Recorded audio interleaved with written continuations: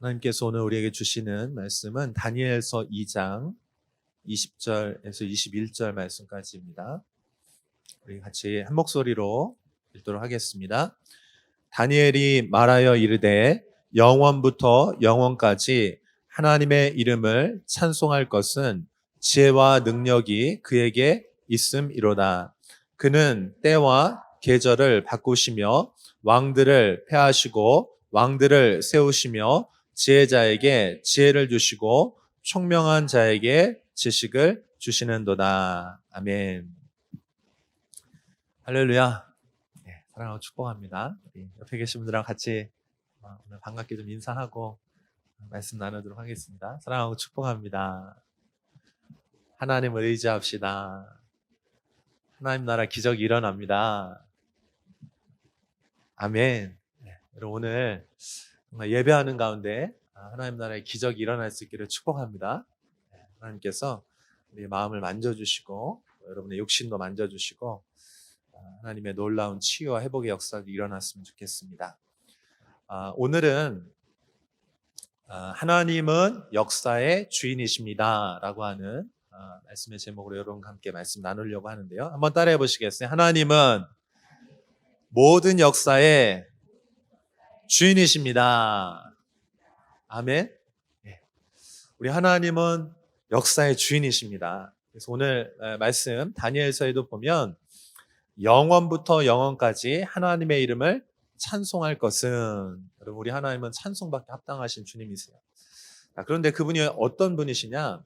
그는 때와 계절을 바꾸시며 왕들을 폐하시고 왕들을 세우시며 이렇게 말씀했거든요. 그러니까 우리 하나님께서는요, 여러분 하나님의 시간이 있는 줄로 믿습니다.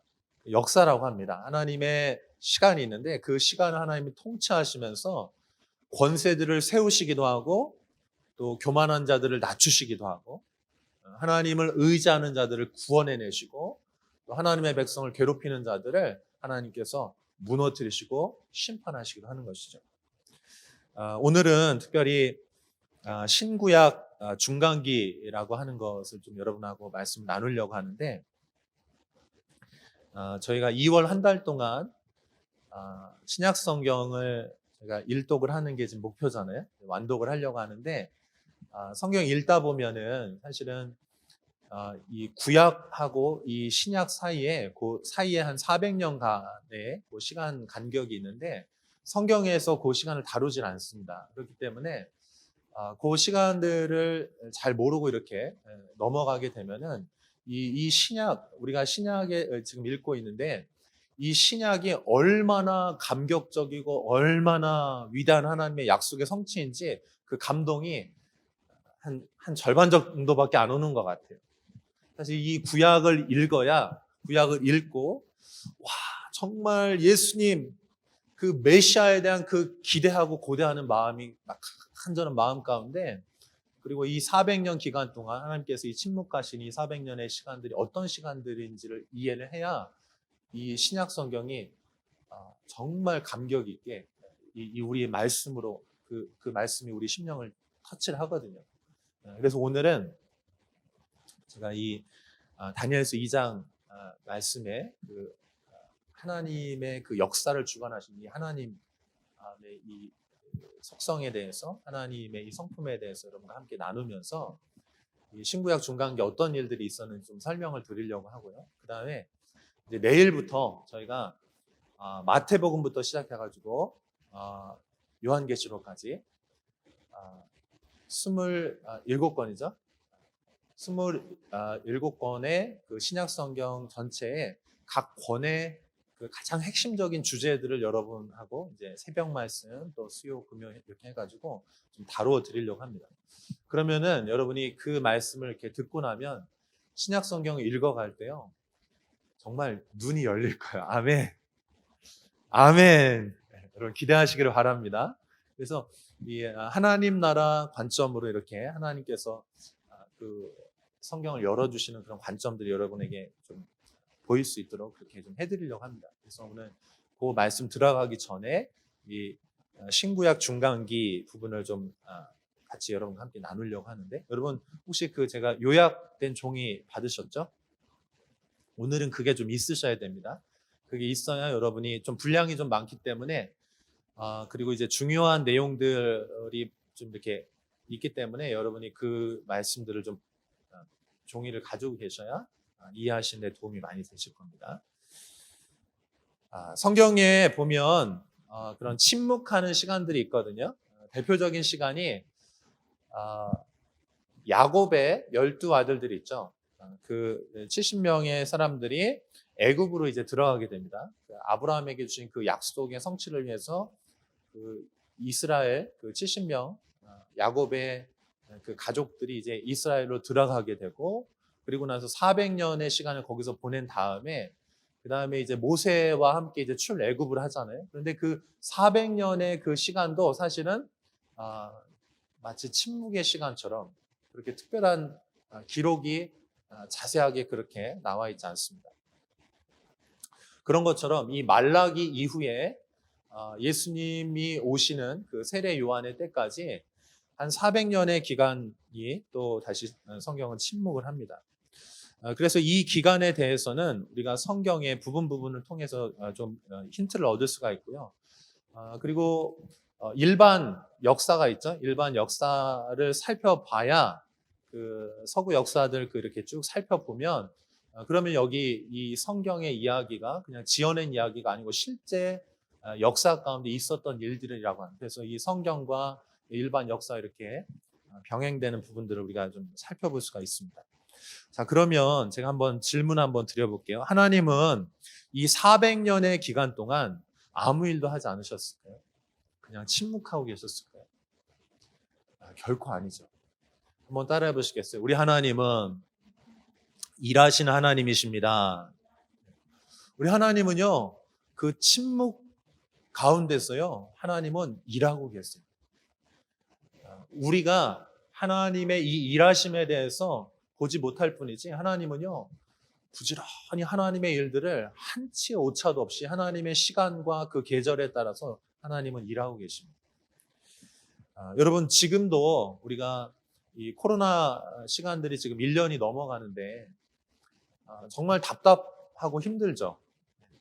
함께 모여서 예배하고 뜨겁게 부르짖어 기도하고 찬송하고 그렇게 하고 싶은데 그것도 여러 가지 제한 때문에 어렵습니다. 그래서 유튜브를 봐야 되고 또 뭐 여러 가지 좀 또 나름대로 노력은 하지만 함께 모여서 막 뜨거운 열정을 가지고 하나님의 비전이 저것입니다. 그래가지고 막 그 비전을 향해서 막 불태우던 그런 시간들하고는 지금 좀 다른 시간을 보내고 있죠.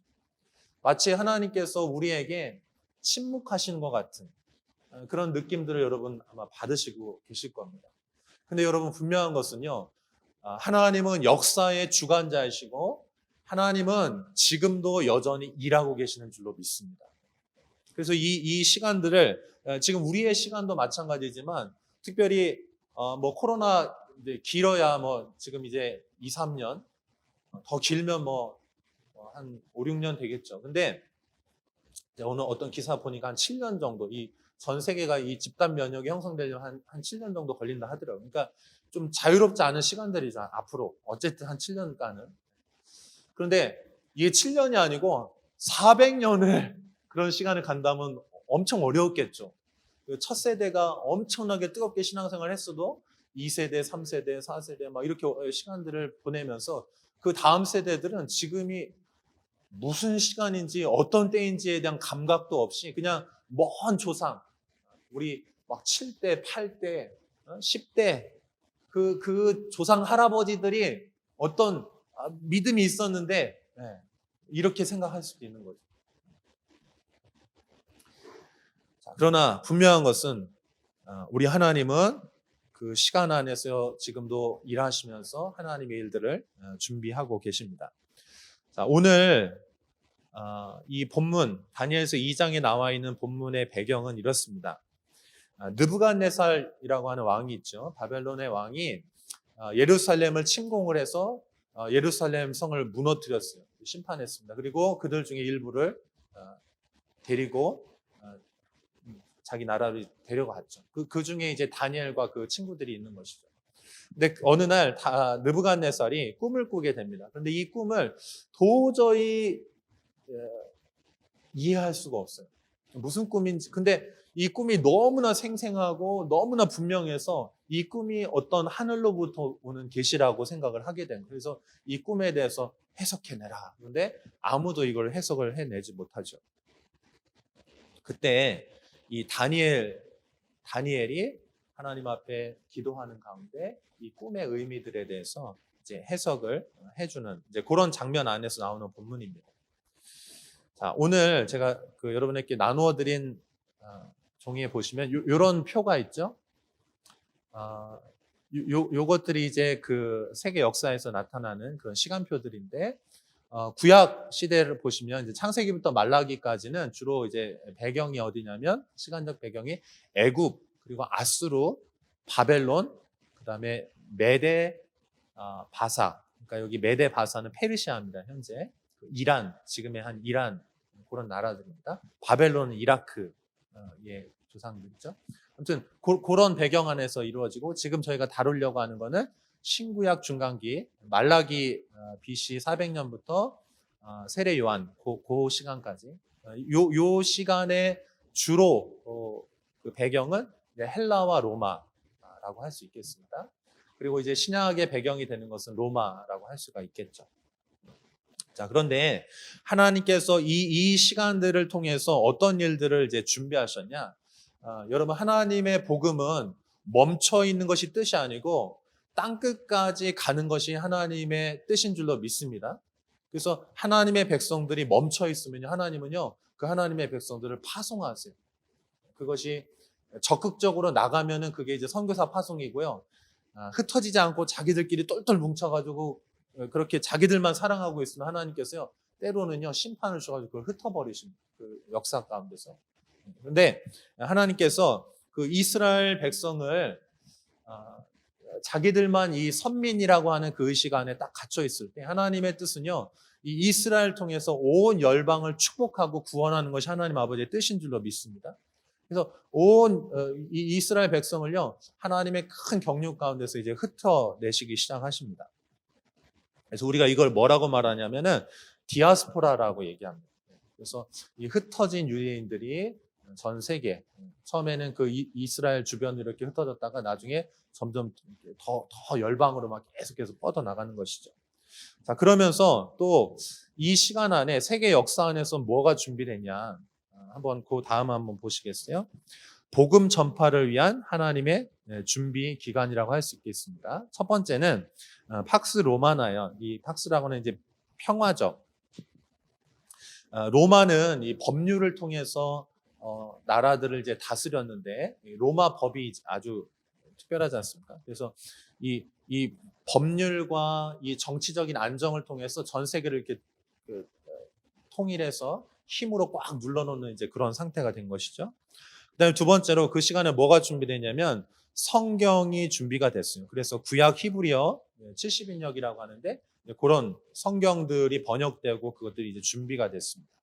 그리고 세 번째로는 언어가 통일됐어요.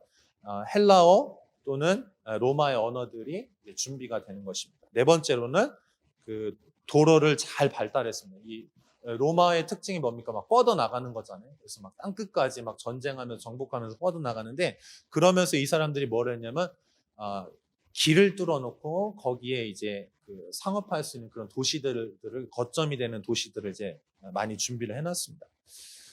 그래서 이런 시간들 안에서 하나님께서 일반 역사 안에서도 막 이런 일들을 이제 준비하시는데 이것이 우리가 볼 때는 이제 각각의 사건들인 것 같지만은 사실은 이 세상에서 준비되는 모든 일들 또 신앙 안에서 준비되는 이 모든 것들은 여러분 땅 끝으로 하나님의 복음이 전달되기 위한 그런 시간 안에서 지금 이루어지고 있는 줄로 믿습니다.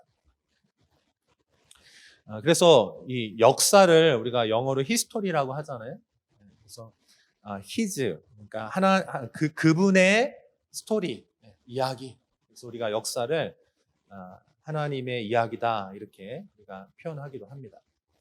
자, 그러면 이 이스라엘 그 땅 그 주변 안에 어떤 일들이 있었는지를 조금 같이 살펴보기를 원하는데요.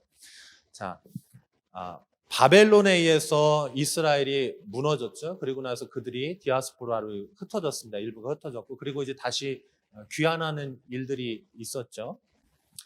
그런 과정 안에 이 바벨론이 그 다음 누구에게 이제 정복이 되냐면 바사에게 정복이 됩니다. 그리고 이 바사는 또 누구에게 정복되냐면 헬라에 의해서 정복이 됩니다. 여러분 헬라 잘 아시죠? 헬라는 여러분 알렉산더 아시죠? 알렉산더. 세계 역사에서 알렉산더 이름 들어보셨을 겁니다. BC 336년에 알렉산더가 20세 나이에 마게도냐 왕으로 이제 등극을 하게 되는데 철학자 아리스토텔레스의 제자로서 학문과 또 문화와 철학에 눈을 떴습니다. 그리고 온 세상에 이 헬라 문화로 이 온 세상, 그러니까 이 알렉산더가 대단한 사람이죠. 그러니까 이 사람은 전쟁만 잘할 뿐만 아니고 아주 똑똑한 사람이에요. 문화에 대한 이해를 가지고 있는 사람들이었습니다. 그래서 이 알렉산더가 이 헬라 문화를 온 세계에 막 퍼뜨려 나가면서 거기에서 이제 여러 가지를 했는데 그 중에 이제 헬레니즘 문화라고 하는 것들을 이 사람이 이제 퍼뜨리게 됩니다. 그리고 이 헬라는 주로 이제 혼혈 정책을 하게 됩니다. 그래서 동양과 서양의 문화들을 이제 막 융합시키는 그런 일들을 했습니다.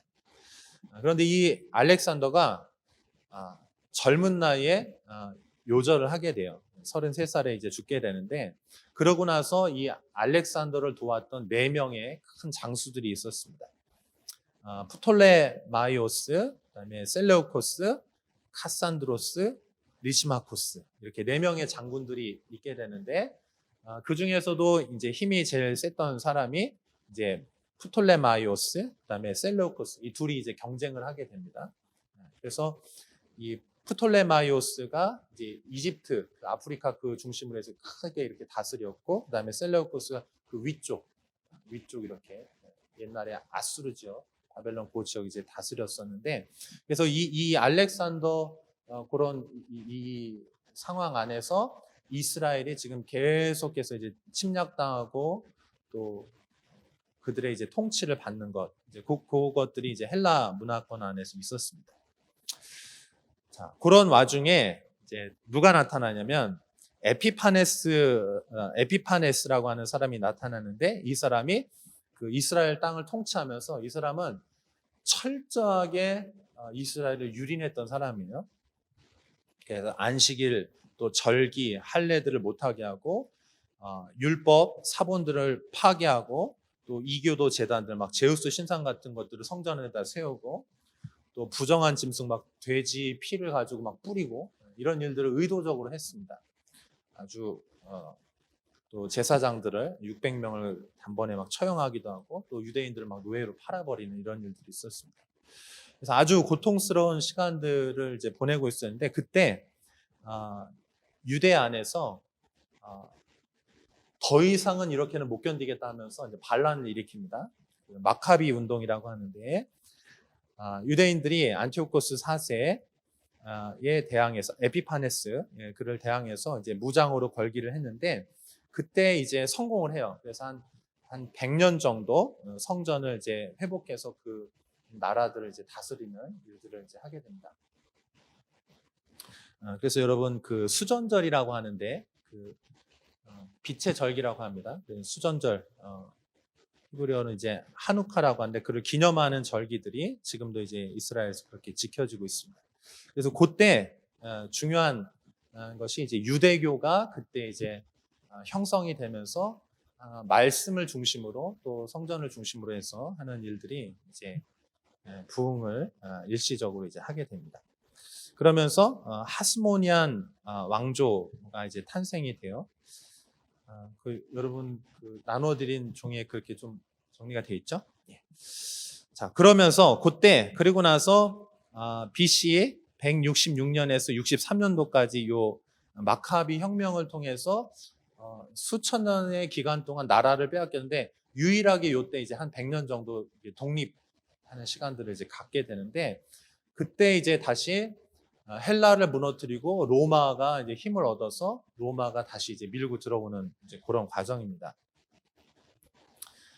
그때 이제 에돔 족속의 총독 이제 안티파스라고 하는 사람인데 그 사람이 로마하고 손을 잡고 이 이스라엘을 무너뜨리는데 협조를 하게 돼요. 그래서 그때 이제 헤롯 가문이 이제 그 지역에 이제 왕으로 이제 자리 잡게 되는 것입니다.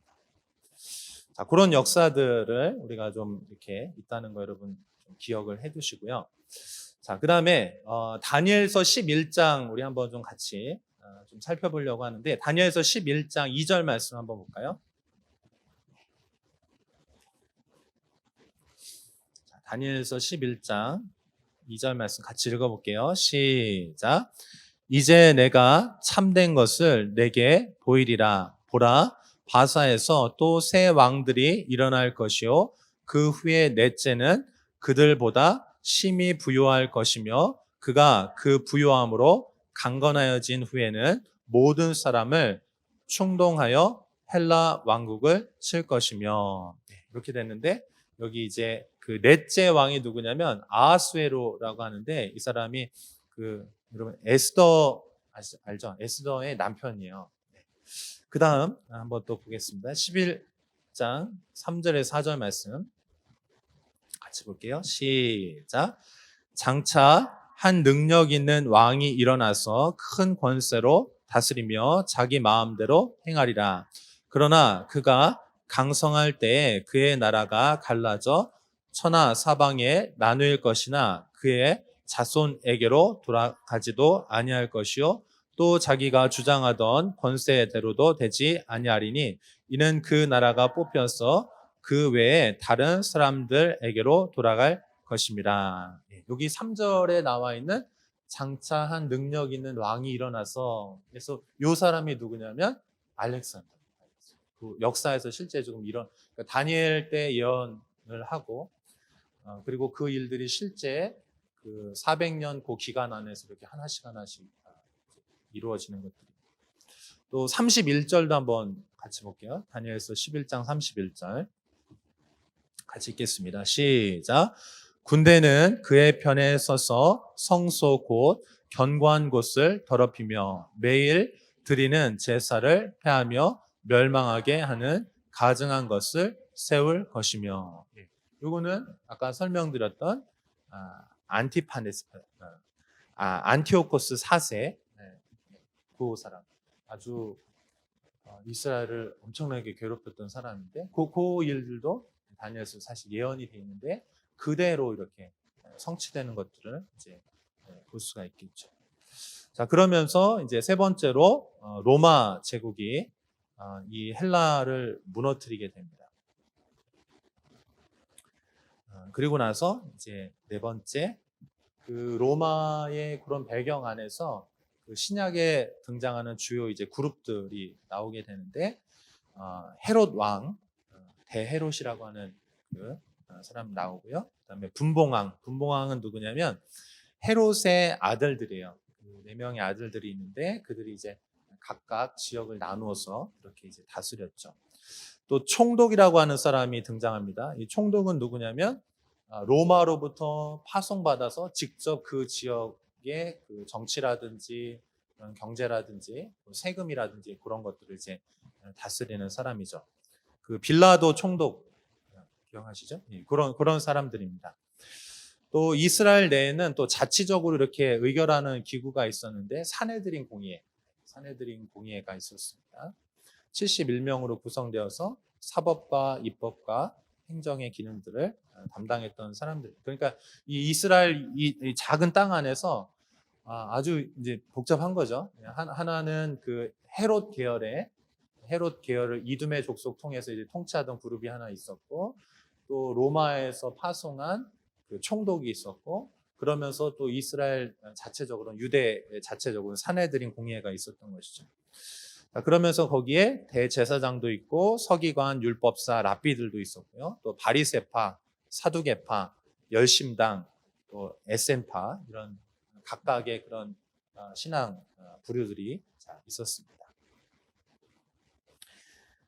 자, 그러면 이제 오늘 말씀 조금 이제 정리를 해보려고 하는데 하나님께서 이 다니엘서에서 이 느부갓네살이 이제 꿈을 꾸잖아요. 그 꿈을 꾸고 나서 그 미래에 일어날 일들에 대해서 이제 꿈을 꾸는데 다니엘을 통해서 이 일들을 이제 해석하게 하고 그리고 해석된 것들이 지금 이제 다니엘서 이렇게 기록이 돼 있는데 우리가 지금 그 다니엘 시대에 비해서 수천 년이 지난 지금에 와서 그 역사들 일반 역사 또 성경의 역사들 이렇게 살펴보면은 여러분 하나님의 말씀이 예언되어지고 그 예언의 말씀들이 실제 역사 가운데서 성취되는 것들을 우리가 이제 확인을 했습니다. 그러니까 여러분 지금도 하나님의 말씀은 예언하신 그 하나님의 말씀들은 신실하게 지금 이루어지고 있는 것입니다. 근데 우리가 어떻게 생각할 수 있냐면은 하나님이 침묵하신다. 하나님이 정말 나를 사랑하시는지 내가 잘 모르겠다. 하나님과의 관계가 내가 지금 어렵다. 이렇게 느낄 수가 있어 우리 입장에서는. 그러나 분명한 것은 지금의 이 모든 시간들 하나님이 허락하신 것이고 지금 이 시간들을 하나님 어떤 의도를 가지고 이 시간을 허락하셨다는 거예요. 분명한 건 지금은 어려운 시간들이에요. 근데 하나님이 왜 어려운 시간들을 허락하셨냐? 그는 마지막 때를 준비하라고 하는 것입니다. 지금 이제 백신이 나와서 지금 이렇게 예방하기 위해서 백신을 맞고 있잖아요. 근데 백신은 진짜 질병에 비해서 그 죽은 균이나 또는 아주 약하게 만들어가지고 미리 그것들을 이제 겪고 나면은 그 다음 진짜 거가 왔을 때 그걸 이겨낼 수 있는 항체가 우리 안에 생겨서 진짜 어려운 게 왔을 때 이겨낼 수 있게 하는 거죠. 그래서 여러분 지금 이 코로나 이 시간들도요 하나님께서 일반 세상 사람들도 흔드시지만은 지금 제일 많이 흔들리는 사람들이 누구냐면 크리스찬들이에요. 크리스찬 교회가 지금 제일 많이 흔들립니다. 그러니까 저는 그렇게 믿어요. 하나님께서 지금 이 시간들을 의도적으로 하나님의 사람들을 준비시키기 위해서 허락하신 부분이 있다고 믿습니다. 과거에 그냥 교회를 이렇게 왔다 갔다 하고 어느 정도 수준에서 헌신도 하고 또 비전에 대해서 마음도 뜨거웠고 그런데요 여러분 진짜 주님이 오시기에 앞서서 엄청난 환난과 고난과 박해가 있을 텐데 그러한 수준으로 이 시간들을 이겨낼 수 없어요. 그러니까 하나님께서 지금 우리에게 요청하시는 게 뭐냐면 한번 따라해 보시겠어요? 진짜가 되라. 진짜가 되라는 것입니다. 진짜가 되는데 그건 어떻게 해야 되냐? 그 상황 안에 들어가서 흔들어 가지고요. 이 사람이 그 어려움 가운데서 자기 신앙에 이렇게 가짜로 이렇게 자기를 가리고 있는 거 있죠. 가면들, 외투들 덮고 있는 거. 잘 포장되어 있는 그 포장지를 걷어내고 이 사람이 진짜 하나님과의 관계가 어떠한지 이 사람이 진짜 하나님의 뜻을 행하고 있는지 그런 민낯들을 자꾸 이제 드러내시는 거예요. 여러분 그래서 지금 우리가 힘들고 흔들릴 수 있지만 여러분 이것이 나쁜 것이 아니고 하나님께서 우리에게 준비시키는 하나님의 정말 특별한 과정인 줄로 믿습니다. 그래서 여러분 지금 이 시간들 흔들린다고 해서 실망할 필요도 없고요. 오히려 하나님 앞에 감사하면서 겸손의 자리로 내려가야 될 줄로 믿습니다. 전에는 내가 잘하는 줄로 막 생각했어. 교만했어. 나는 이 정도 헌신해 있어. 나는 이 정도 이렇게 주님을 사랑하고 있어. 그런데 고난이 오고 박해가 오고 하나님의 음성이 잘 들려지지 않고 뭔가 공동체로부터 잘 공급받기도 어려워지는 시간들이 오면서 내 신앙이 지금 어떤 수준인지에 대해서 하나님이 이게 자꾸 드러내신다고요. 살아남을 수 있는 신앙인지 아니면 그냥 교회만 왔다 갔다 했는지 그것들을 이제 자꾸 드러내셔서 우리는 이제 흔들어 깨우시는 그런 과정들입니다. 그래서 여러분 이 시간들 특별히 코로나 시대에 영적으로 방황하는 크리스천들은요. 이 시간들을 정말 하나님 앞에서 잘 겸손함의 자리로 다시 내려와야 돼요. 그러니까 흔들리고 영적으로 방황하고 있다는 거는 예전에는 좋았는데 지금 안 좋아 이게 아니에요. 원래 그랬던 거 원래.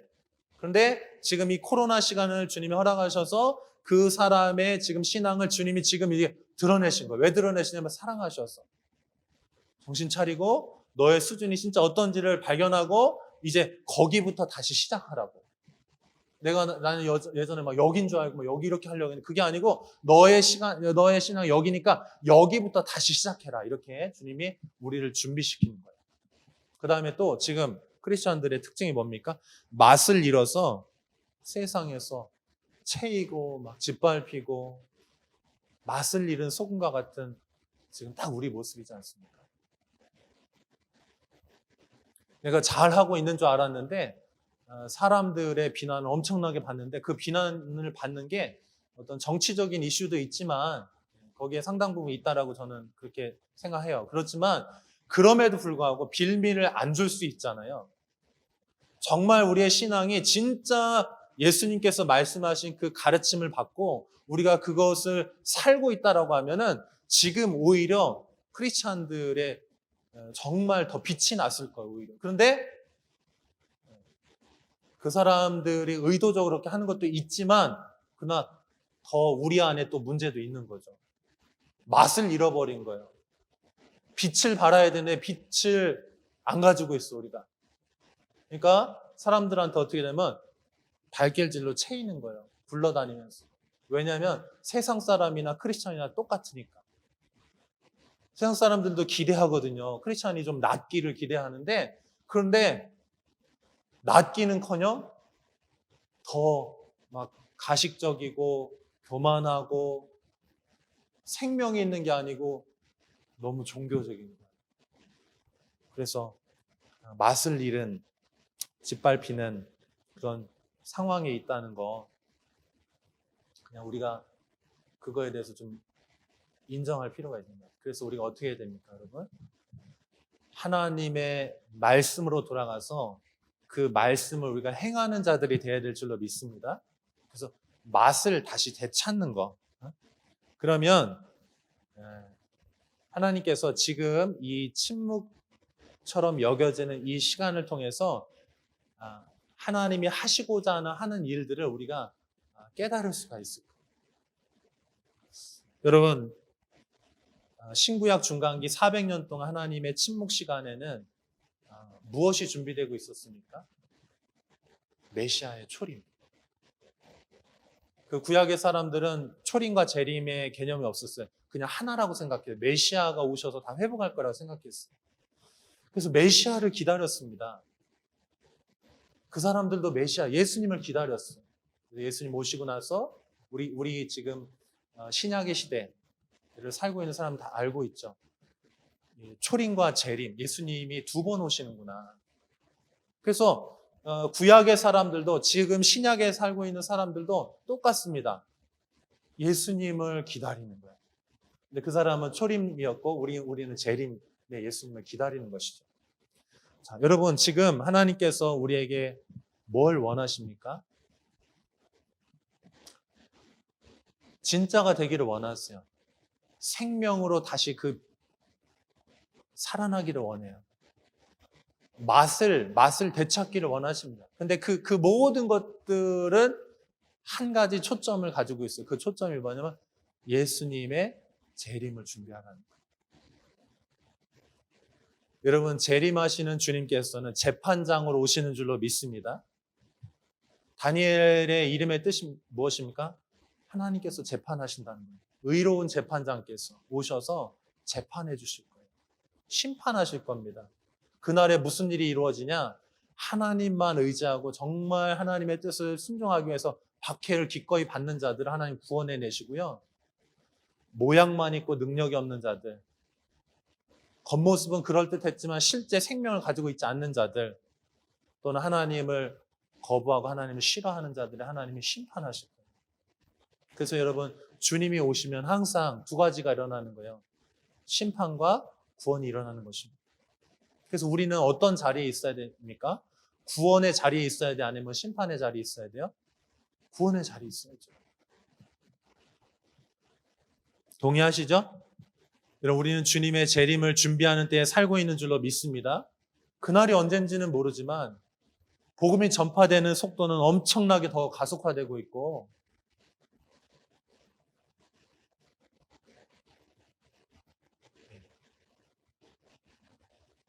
이 지금 일반 세상 역사도 마지막 시간을 향해 가고 있습니다. 우리 신앙적인 관점에서 볼 때도 정말 주님이 다시 오시는 날이 점점 가까우고 있는 것입니다. 그래서 여러분, 이 코로나 이 시간들은 우리가 정말 잘 정신 차리고 주님이 뭘 요청하시고 뭘 준비하게 원하시는지 알고 오늘 하루하루 그렇게 정말 의미 있게 보내셔야 돼요.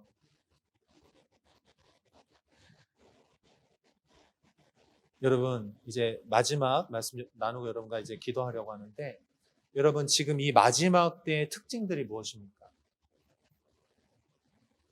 디모데 후서를 보면 이 성경 중에서 거의 제일 마지막, 요한계시록 그거보다는 아니지만은 바울 서신 중에 제일 마지막, 그러니까 성경이 사실 제일 마지막 부분에 쓰여진 책이거든요. 완성됐는데 그 디모데 후서에 보면은 이 마지막 때의 특징이 무엇인지에 대해서 너무 잘 설명하고 있어요. 우리 한번 좀 같이 살펴보겠습니다. 디모데후서 3장 1절에서 5절까지 한번 좀 같이 읽어볼게요. 여기는요, 여러분 진짜 잘 표시해놓고 정말 이 코로나 시대도, 코로나 앞으로, 코로나 이후의 시대에도 앞으로 사람들의 마음과 생각과 그 욕심이 어디로 가는지 너무 잘 나타나 있어요.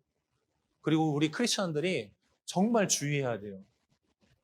깨어 있어야 되는데 우리의 마음을 정말 깨우는 말씀들을 잘 보세요.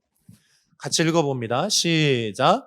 너는 이것을 알라. 말세에 고통하는 때가 이르러 사람들이 자기를 사랑하며 돈을 사랑하며 자랑하며 교만하며 비방하며 부모를 거역하며 감사하지 아니하며 거룩하지 아니하며 무정하며 원통함을 풀지 아니하며 모함하며 절제하지 못하며 사나우며 선한 것을 좋아하지 아니하며 배신하며 조급하며 자만하며 쾌락을 사랑하기를 하나님 사랑하는 것보다 더하며 경건의 모양은 있으나 경건의 능력은 부인하니 이 같은 자들에게서 내가 돌아서라. 아멘.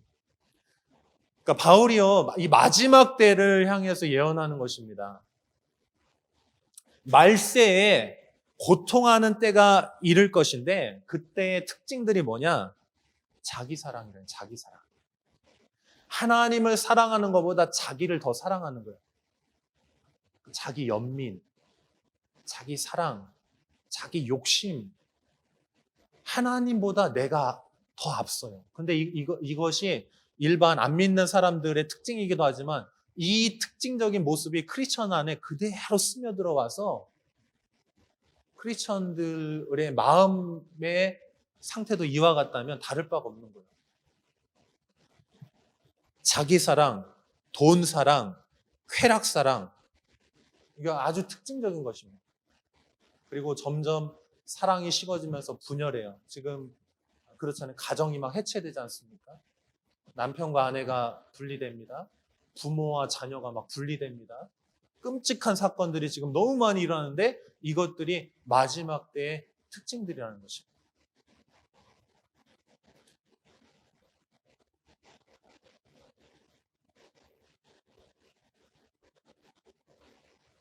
쾌락을 사랑해요. 조급합니다. 자만하고 막 교만해. 그래서 우리가 지금 즐기는 미디어 있잖아요. 미디어에 이것들이 너무 잘 나타나 있는 거예요. 우리 제일 많이 소통하고 즐기는 그 미디어에 영화, 광고, 우리의 패션 이런 거 보면은 거기에 그대로 이 세대의 특징들이 거기에 너무 잘 나타나 있는 거예요. 문화라고 하는 이 코드 안에. 그래서 이들은 어떻게 되냐? 6절에 보시면 욕심에 끌린 바 되어서 하나님의 말씀과 하나님의 사랑에 이끌리는 것이 아니고 욕심에 이끌려 다니는 거예요. 그래서 7절에도 보시면 이거 너무 중요해요. 7절, 8절. 항상 배우나 끝내 진리의 지식에 이를 수 없느니라. 여러분 잘 주의하셔야 돼요. 여러분 말씀을 지금도 유튜브 방송이 이제 진행이 되고 있지만은 과거에도 그랬고 지금은 기술이 발달 더 그래요. 항상 배우는 거에 관심이 있어요. 철학이나 여러 가지 문학이나 근데 특별히 신앙적인 것도 마찬가지입니다. 여러분 지금은 어떠냐면요. 좋은 것들을 골라서 듣는데요. 말씀도 마찬가지입니다. 골라서 듣는데 진리에 이르지 못할 수 있단 말이에요. 여러분의 말씀을 듣는 것과 반드시 뭐가 연결되냐면 공동체와 연결되십니다. 삶하고 연결돼야 돼요. 그래서 말씀을 듣는 건 좋은 말씀 들으면요. 아주 막 내 심령을 깨뜨리는 말씀을 들으면 너무 좋거든요. 그거 귀가 커집니다. 그런데 그것을 내 옆에 있는 정말 지지리도 말 안 듣는 사람하고 나하고 연결해가지고 그 사람을 사랑하는 것과 나를 연결시키지 않으면 이 듣는 것들이 나를 속인다고요. 내가 그렇게 듣고 있기 때문에 내가 그렇게 믿고 있고 살고 있다라고 착각하기가 너무 좋은 거예요. 그래서 더 신령하고 더 좋고 더 심령을 내 걸 깨뜨리는 것 같는데 그게 내 옆에 가족과 내 옆에 세럼과 내 공동체와 연결되지 않으면 내 이웃을 내 몸과 같이 사랑하는 것과 연결되지 않으면 하나님을 사랑하는 것이 그것이 분리되는 순간 그거는 나를 속이는 지식이 될 수가 있다고. 근데 마지막 때 여러분 진짜 주의하셔야 돼요. 그래서 여러분 수준이 낮은 것 같아도요. 내 옆에 있는 정말 신앙이 없는 사람들, 부족한 사람들 막 챙기면서 그 사람 섬기기 위해서 낑낑대고 막 어려워하고 공동체가 막 문제가 있어서 막 신음하는데 그럼에도 불구하고 거기 놓지 않고 끝까지 붙어서 그 사람들과 막 씨름하고. 네. 근데 여러분 그게 내 신앙을 진짜가 되게 한다고요. 아멘. 여러분 하나님 사랑과 우리 이웃 사랑이 함께 갈 수 있기를 축복합니다. 자, 그리고 아주 중요한 거 말씀드릴게요. 10절 보시면 나의 교훈과 행실과 의향과 믿음과 오래 참음과 사랑과 인내. 여기 오래 참음, 사랑, 인내, 믿음 이런 단어들이 나오잖아요. 그러면서 11절 박해를 받음과 고난과 이런 단어들입니다. 그러니까 바울이 그렇게 살았다는 거예요. 그래서 디모데가 지금 목회하고 있는 그 목회 현장에 있는 성도들이 마지막 때가 되면은 편한 거를 찾게 돼 있다는 거예요, 사람들이. 신앙도 마찬가지입니다. 편하게 하고 싶어요, 신앙생활을. 그런데 이 진짜 신앙은 뭐냐면은 박해가 박해가 없는 거는 진짜가 아니라는 거예요. 무릇 12절 엄청 중요합니다. 12절 같이 읽어봐요. 무릇 그리스도 예수 안에서 경건하게 살고자 하는 자는 박해를 받으리라. 여러분 이거 밑줄 그으시고 별표해 놓으세요. 여러분 우리가 마지막 때 특징이 자기 사랑이라고 그랬잖아요. 쉽게 하고 싶고 그냥 백화집을 안 하고 싶은 거예요. 근데 그거는요 나를 속이는 거예요. 신앙생활은 반드시 우리가 진짜가 되고자 하면은 뭐가 따라오냐? 예수 그리스도 안에서 경건하게 살고자 하는 자들은요 박해를 받게 돼 있어요. 세상과 충돌할 수밖에 없거든요.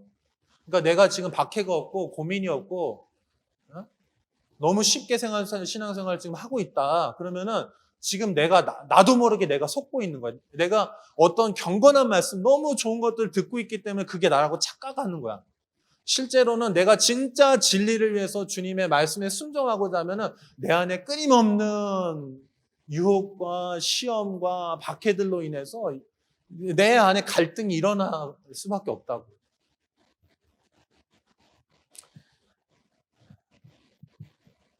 그래서 어떻게 해야 되냐? 진짜 이제 마지막 디모데후서 4장 1절에서 8절 여러분 한번 보십시오. 우리 한번 쭉 같이 읽어볼게요. 1절에서 8절 같이 읽습니다. 시작.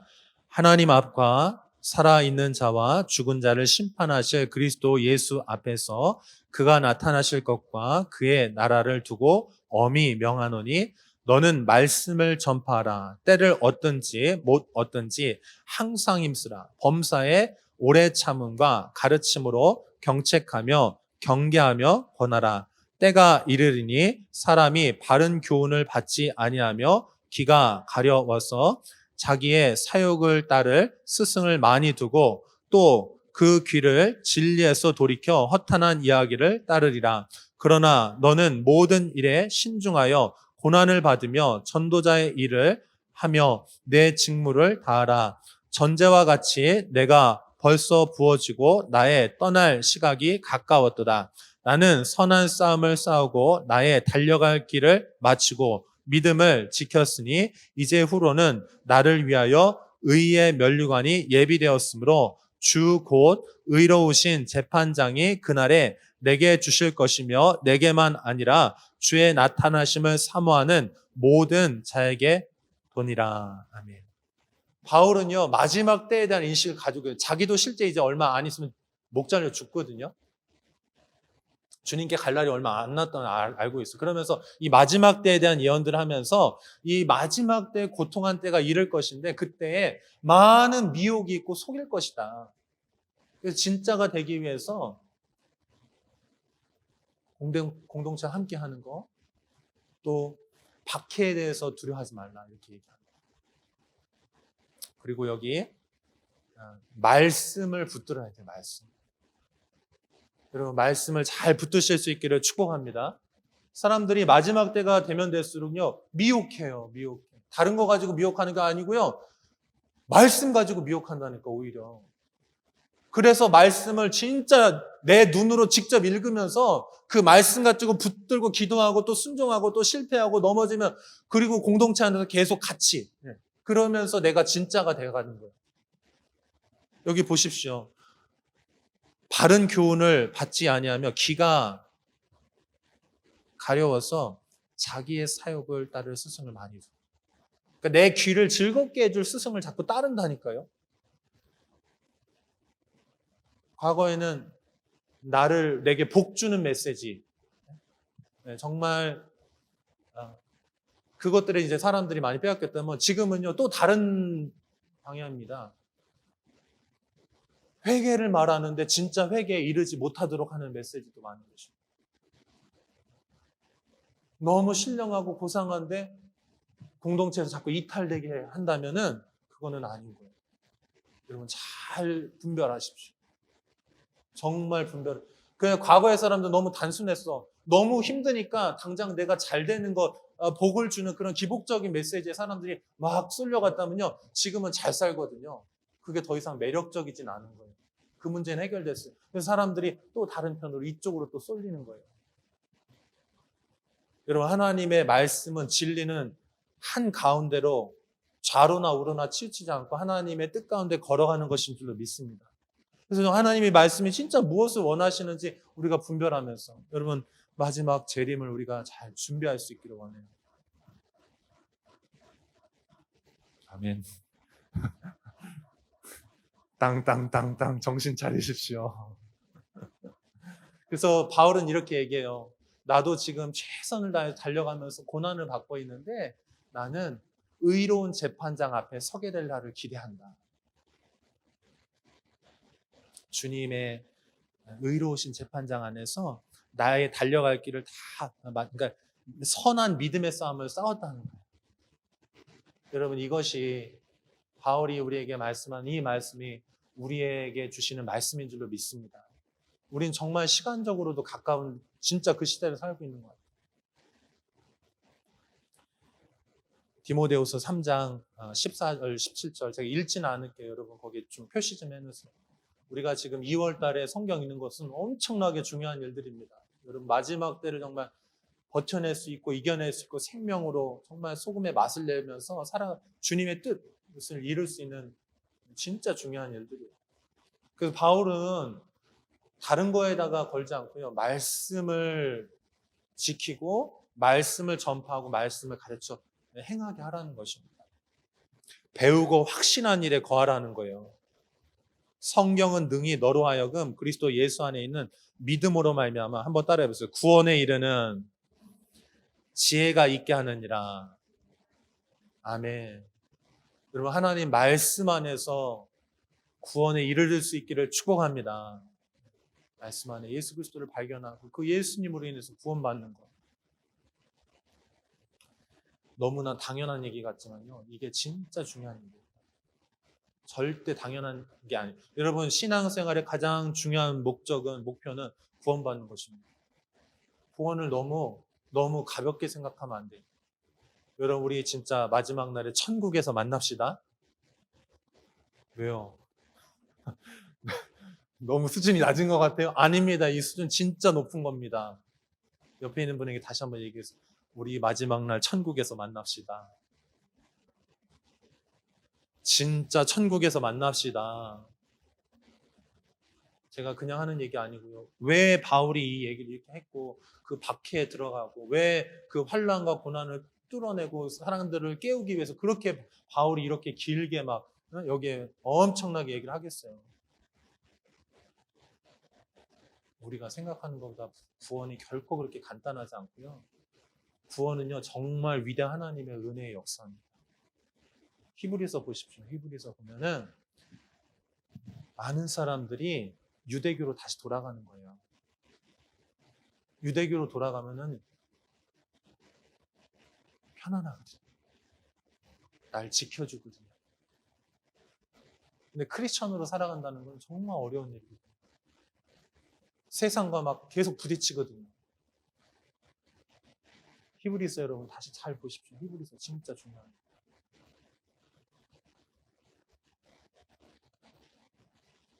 요한계시록도 마찬가지죠. 마지막 때를 살아가는 우리들에게 그 엄청난 유혹과 환난에서 우리를 지켜 순결한 자들이 천국이 어떤 곳입니까? 천국이 주님의 위로가 있는 곳이 천국입니다. 근데 누가 위로를 받냐고. 이 땅에서 주님을 위해서 정말 주의 말씀대로 살기 위해서 고난당한 자들이 위로받는 곳이 천국이거든요. 근데 천국에 들어갈 필요가 없어. 왜냐하면 이 땅에서 위로를 다 받아버려가지고 이미 다 누려가지고 세상 사람들하고 똑같이 살았거든요. 그러면 안 된다는 것이죠. 그래서 여러분 이 성경 하나님의 감동으로 된 것으로 교훈과 책망과 바르게 함과 의로 교육하기에 유익한데 이것을 하나님의 사람 온전하게 하기 위해서. 여러분 우리가 구원받으면 구원이 시작되잖아요. 끝이 아니에요. 그거를 이 땅에서 이 하나님의 말씀으로 계속해서 찔림을 받고 경책을 받으면서 이 땅에서 우리 거룩함을 온전하게 되어서요. 마지막 그날에 완성해야 되는 것입니다. 그래서 히브리서는 계속 경고하잖아요. 구원이 시작됐다라고 해서 그거에 대해서 교만하거나 절대로 그러니까 여러분 구원에 대해서 항상 양 측면을 얘기하는 정말 하나님께 마음이 있으면은요 로마서 8장 얘기하는 절대로 끊어지지 않습니다. 여러분 하나님의 구원에서 끊어지지 않습니다. 근데 그 마음이 하나님 사랑하는 자들이 그렇다는 것이고요. 그 하나님을 사랑해서 마음에 떠나서요 자기 멋대로 살면서요 다시 세상으로 돌아가고 대마처럼 그거에 대해서 그 핍박이 두려워서 쾌락으로 가는 사람들에 대해서는 히브리서가 경고하는 것입니다. 이 두 가지 측면이 다 있다는 거 여러분 반드시 인식하셔야 돼요. 아멘이죠? 그래서 여러분 우리가 정말 우리 천국에서 만날 수 있기를 축복합니다. 저도 그런 마음이에요. 그러니까 제가 목회를 하면서 여러분과 함께 신앙생활 하면서 저의 정말 목적 다른 것보다도 우리 성도들이 단 한 사람도 탈락하지 않고 천국에 갈 수 있도록 진짜가 될 수 있도록 아멘. 왜냐하면 여러분 공동체 안에서 여러분 100% 천국에 갈 수 있을까요? 이상한 얘기 같지만 여러분 정말 천국에 간다는 거는요 정말 그거보다 더 귀한 게 어디 있습니까? 어떤 일이 있어도 우리 천국에 들어갈 때 아멘. 하나님이 시작하셨습니다. 아멘. 그럼 우리 어떻게 하나님의 말씀에 순종함으로 이 땅에서 온전함 가운데 살아가다가 주님 우리를 안아주시는 그곳에 의로운 재판장이신 그분께 이 땅에서 정말 거룩함을 살다가 주님 하면 딱 안겨야 됩니다. 그게 여러분 우리 신앙의 하이라이트인 줄로 믿습니다. 예, 우리 같이 기도하겠습니다.